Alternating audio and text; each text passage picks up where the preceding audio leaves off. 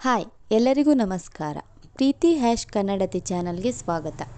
ಇವತ್ತಿನ ವಿಡಿಯೋ ಏನಪ್ಪ ಅಂದರೆ ಪಿಂಪಲ್ಸ್ ಹೋಗಬೇಕಾದ್ರೆ ಏನು ಮಾಡಬೇಕು ಅಂತ ಒಂದು ಮನೆಮದ್ದು.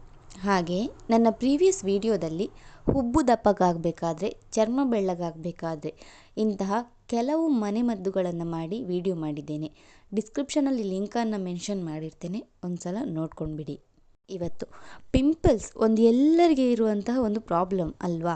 ಪಿಂಪಲ್ಸ್ ಹೋಗಬೇಕಂತ ನಾವು ಕೆಲವು ಆ್ಯಕ್ನಿಸ್ ಇರ್ಬೋದು ಕ್ರೀಮ್ಸ್ ಎಲ್ಲ ಅಪ್ಲೈ ಮಾಡ್ತೇವೆ.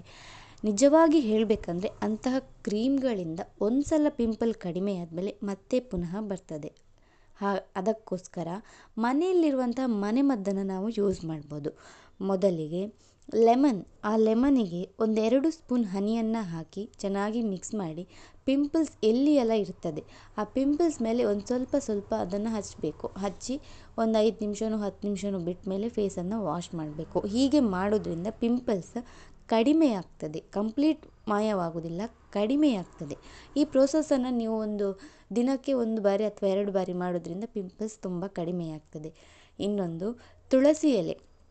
4-5 ತುಳಸಿ ಎಲೆಯನ್ನು ತೆಗೆದುಕೊಂಡು ಬಂದು ಚೆನ್ನಾಗಿ ಗುದ್ದಿ ಅದಕ್ಕೆ 1-2 ಸ್ಪೂನ್ ನಿಂಬೆ ರಸವನ್ನು ಹಾಕಿ ಇನ್ನೂ ಚೆನ್ನಾಗಿ ಗುದ್ದಬೇಕು. ನೀರನ್ನು ಮಿಕ್ಸ್ ಮಾಡಬಾರ್ದು. ಆ ತುಳಸಿ ಮತ್ತು ನಿಂಬೆ ರಸವನ್ನು ಎಲ್ಲೆಲ್ಲ ಪಿಂಪಲ್ಸ್ ಆಗಿದೆ ಅಲ್ಲೆಲ್ಲ ಸ್ಪ್ರೆಡ್ ಮಾಡಿ ಹಾಕಬೇಕು. ಹಾಕಿ ಒಂದು ಅರ್ಧ ಗಂಟೆ ಬಿಟ್ಟು ಆಮೇಲೆ ಫೇಸನ್ನು ವಾಶ್ ಮಾಡಬೇಕು. ಹೀಗೆ ಮಾಡೋದ್ರಿಂದ ಕೂಡ ಪಿಂಪಲ್ಸ್ ಕಡಿಮೆಯಾಗ್ತದೆ. ಇನ್ನು ಬೆಳ್ಳುಳ್ಳಿ, 4-5 ಬೆಳ್ಳುಳ್ಳಿ ಎಸಳುಗಳನ್ನು ತೆಗೆದುಕೊಂಡು ಚೆನ್ನಾಗಿ ಅದನ್ನು ಗುದ್ದಬೇಕು.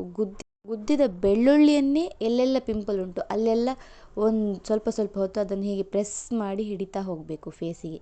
ಹಾಗೆ ಹಿಡಿಯೋದ್ರಿಂದ ಬೆಳ್ಳುಳ್ಳಿ ರಸದಿಂದ ನಮ್ಮ ಫೇಸಲ್ಲಿರುವಂಥ ಡಸ್ಟ್ ಎಲ್ಲ ಕೂತು ಪಿಂಪಲ್ ಆಗಿರ್ತದಲ್ಲ ಅದೆಲ್ಲ ಕಡಿಮೆಯಾಗ್ತದೆ. ಇನ್ನು ಅರಶಿನಕ್ಕೆ ಸ್ವಲ್ಪ ತೆಂಗಿನ ಎಣ್ಣೆಯನ್ನು ಹಾಕಿ ಒಂದು ಸ್ವಲ್ಪ ಅದನ್ನು ಮಿಕ್ಸ್ ಮಾಡಬೇಕು.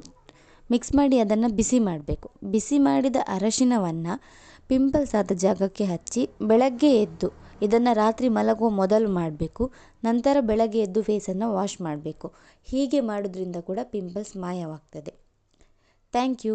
ಇಂತಹ ಮನೆಮದ್ದಿಗಾಗಿ ನನ್ನ ಚಾನಲ್ನ ಸಬ್ಸ್ಕ್ರೈಬ್ ಮಾಡಿ. ವಿಡಿಯೋ ಇಷ್ಟ ಆದರೆ ಲೈಕ್ ಮಾಡಿ, ಶೇರ್ ಮಾಡಿ.